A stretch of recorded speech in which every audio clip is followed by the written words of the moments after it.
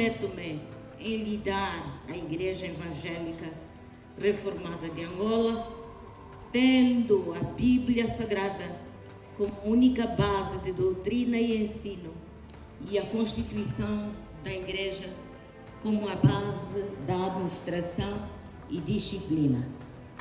Confirmo diante de Deus e perante a sua Igreja que, por tudo quanto a Igreja me confiou, estou pronta em servi-la com zelo, dedicação e a colaboração de todos.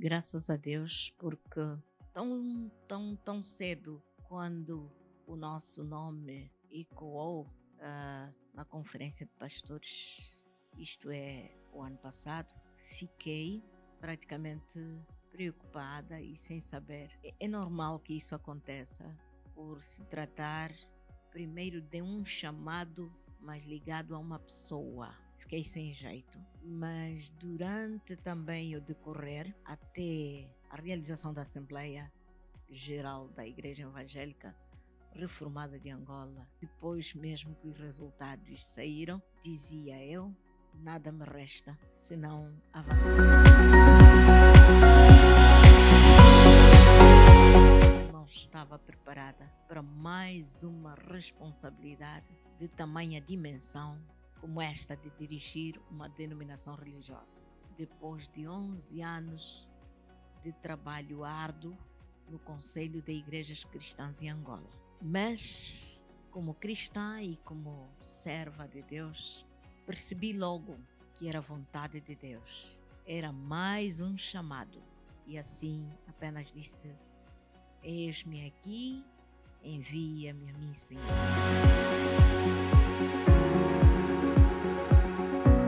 Até o culto de empossamento.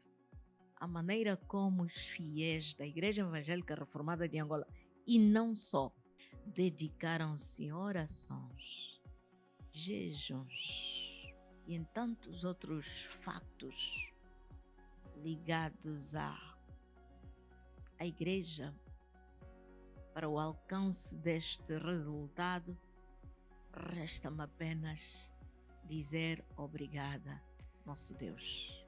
Estiveram presentes, acredito eu, mais de 5.000 almas.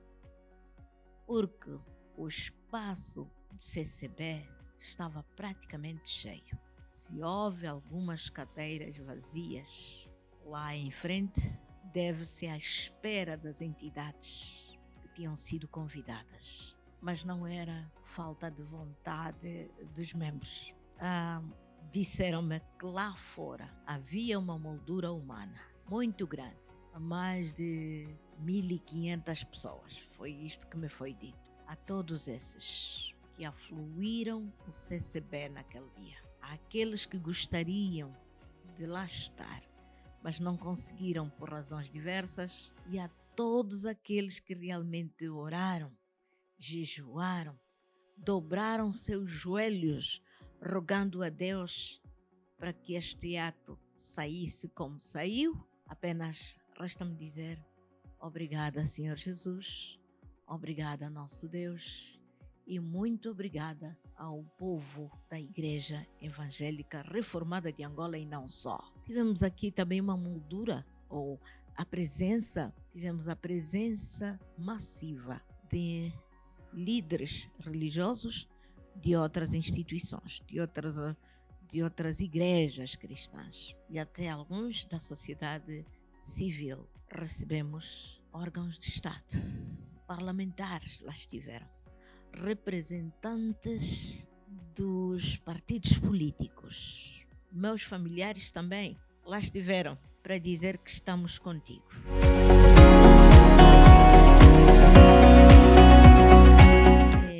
Depois que nos formamos no Seminário Manuel Unido, no Ambo, né? Depois de 4 anos de formação, nós, 2 ou 3 anos depois, seguimos para a República Democrática do Congo. Fomos realmente recebidos pela Igreja Reformada do Congo e posso bem dizer que eles também contribuíram muito na nossa promoção da espiritualidade. Nós vivemos momentos bem diferentes como aqueles que vivemos aqui em Angola. Eles têm uma liturgia bem forte. Aprendemos a ir à igreja sem tomar chá, sem beber leite, sem comer nada, porque naquela altura o bispo proibia que as pessoas comessem por causa da necessidade de ir ao quarto de banho. Vemos muitas vezes nos nossos cultos, estamos ali, entramos e saímos. Isto para a Igreja Reformada do Congo Democrático era, posso bem dizer, difícil. As pessoas tinham medo de sair enquanto estivessem lá dentro, tinham medo de sair fora, porque o bispo repreendia mesmo, dizia: olha, vocês quando vêm à igreja não é para beber água, nem chá, nem sumo em vossas casas. Venham para que não perturbem o culto. E foi realmente duro. E então a presença deste reverendo Jean Mbuku Lukwala foi realmente uma mais-valia. Foi nosso colega, ele recebeu-nos quando lá estivemos no Congo Democrático. Ele, para além de ter estudado ou feito a teologia, também fez direito e neste momento está a fazer o seu doutoramento também em teologia. Então é uma pessoa realmente repleta de conhecimentos. É como ele disse, né? Eu sou um estudante eterno porque eu continuo a estudar. Na verdade, nós estamos aqui a pensar, não é? Olhar para a formação de quadros. É necessário que a própria igreja se prepare financeiramente para que enviemos quadros para o Congo Democrático. Dizia um professor nosso de sociologia, que já é falecido, ele dizia-nos lá no Congo Democrático, disse: olha, nós gostaríamos que vocês fossem fortes, duros, e vocês estão a ser formados segundo a minha imagem e semelhança. Foi isso que ele dizia. Então nós precisamos também de formar pessoas segundo o perfil desejado para uma igreja moderna que tem realmente vários desafios.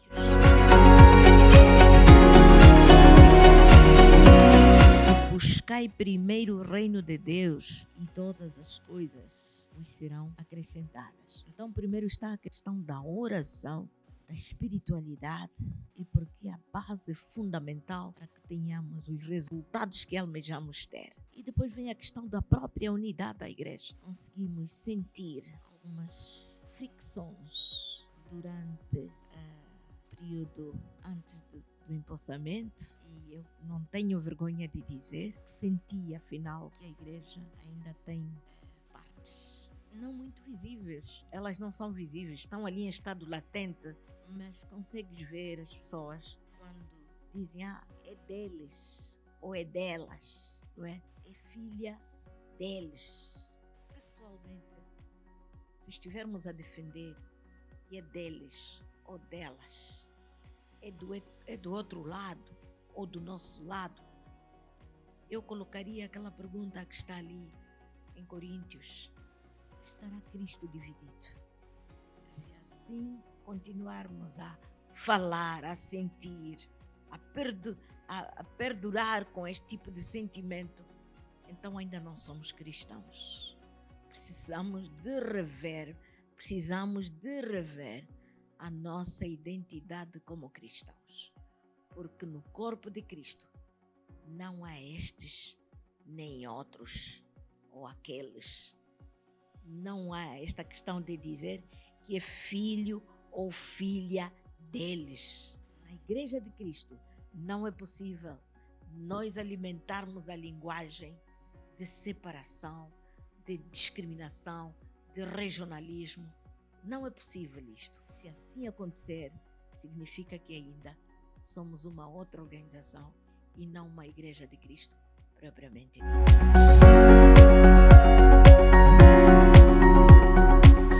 Uma das coisas que nós temos em conta é que mesmo depois, ou mesmo na constituição do secretariado geral, a questão da inclusividade deve ser tida em conta. Existem talentos dos filhos de Deus que devem ser devidamente identificados e aproveitados. Eu, pessoalmente, não tenho discurso de separação. A identificação dessas pessoas serão baseadas nos dons, nos talentos, na boa vontade dessas pessoas trabalharem para a Igreja Evangélica Reformada de Angola. E não de região. Isto de região não tem nada a ver. É aquilo que eu disse no meu discurso. Seja de que região for, vamos todos trabalhar. Se não for selecionado dessa vez, pode ser selecionado a próxima vez. O importante para mim é a queda, é o dom, o talento, as habilidades e a boa vontade em servir. É isto que deve nortear a indicação de todos. E depois continuarmos a orar mesmo, não é? Porque se o Senhor não edificar a sua casa, em vão trabalham os que a edificam. Então, o Senhor deve ser o dono da construção deste morro, da unidade, da coesão, do amor entre irmãos. A existência de Deus. Mas não sei se vamos conseguir construir o templo em menos de 2 anos, como fazem os irmãos quimbanguistas e toquistas. O que faremos é iniciar. Se terminarmos de construir, iremos Ebenezer, até aqui o Senhor nos ajudou. Mas tudo vai realmente depender da força, da vontade dos próprios fiéis. Eu não gostaria que confiássemos logo na mão externa, no patrocínio dos outros amigos e amigas da Igreja Evangélica Reformada. É necessário que nos confiemos a nós mesmos. Quer dizer, é necessário olhar primeiro para dentro, sentirmos a força que a Igreja Evangélica Reformada tem. O que é que nós somos? O que é que podemos fazer para a construção do nosso templo? Depois é que realmente estaremos olhando para aquelas mãos que podem ajudar-nos a elevar o templo. Mas primeiro tem que ser os filhos e filhas da Igreja Evangélica Reformada de Angola.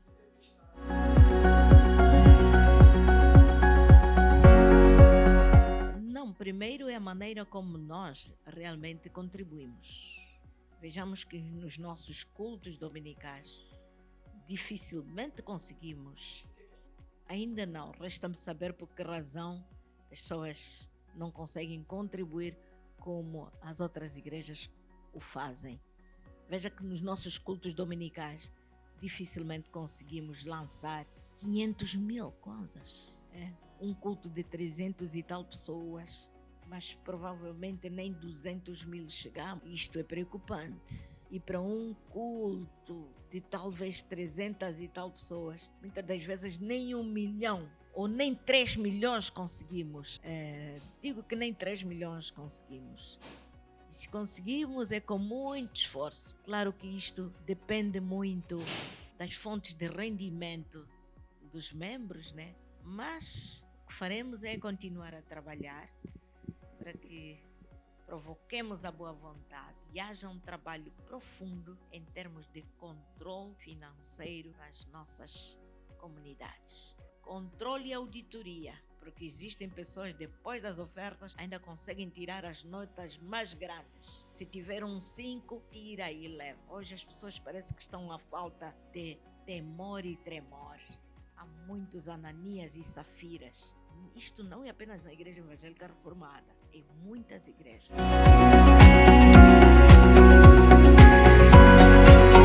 É necessário que as pessoas declarem os seus bens, para depois não haver especulações de que não, este é da igreja, este é não sei o quê, não tirou da igreja, tirou da paróquia. Precisamos de ter, eu pelo menos estaria livre em fazê-lo, fazer a declaração do patrimônio pessoal, para que não hajam especulações.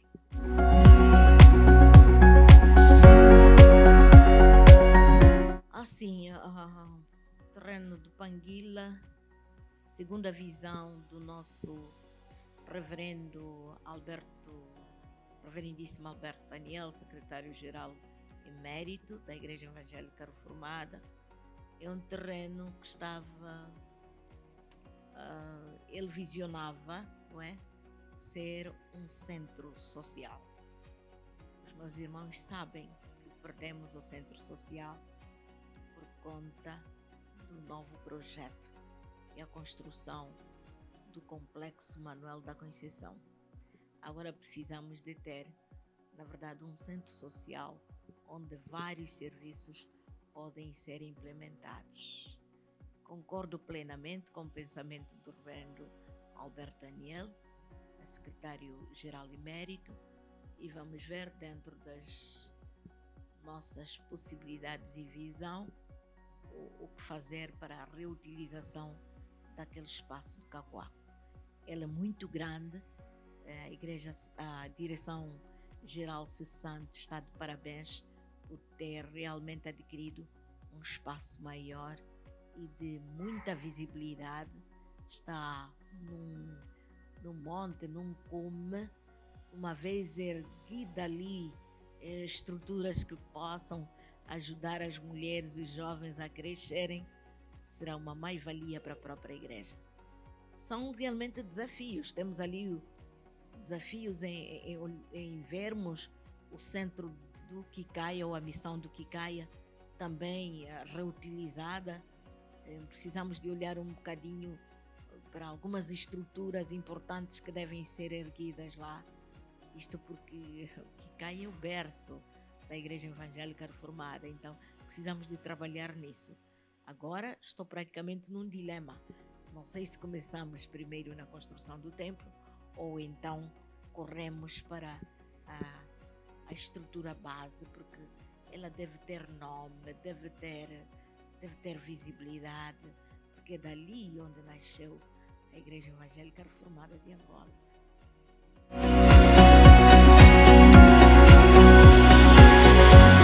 Tudo isto nós precisamos de analisar, identificar pessoas que podem nos ajudar a colocar ali uma estrutura. Se realmente a igreja não tiver esta capacidade de o fazer, podemos chegar a um acordo com pessoas que têm um certo potencial financeiro, de formas a explorarem o espaço durante algum tempo, e depois a própria igreja também, numa primeira fase, numa percentagem, e depois de algum tempo, claro, ela pode servir mesmo para o bem da própria igreja. São todas estratégias que precisamos analisar juntos. Para essas missões, para esses espaços, por exemplo, a de Quicaia, nós podemos colocar ali uma sala de conferências e dormitórios, que depois pode ser usado pelas igrejas irmãs, por várias organizações. E também, evidente, já temos lá a escola e podemos, eu estou a dizer sempre que tudo vai depender da força mágica dos filhos da Igreja Evangélica Reformada. Se realmente soubermos aproveitar a inspiração divina, porque na base de tudo isto é Deus que coloca a mão, é Deus no comando. Tenho sim. Tenho coisas que aconteceram durante o nosso empossamento. Foi graças à força dos filhos e filhas da Igreja Evangélica Reformada de Angola. Então há um tesouro ali, subentendido, escondido, que deve ser aproveitado.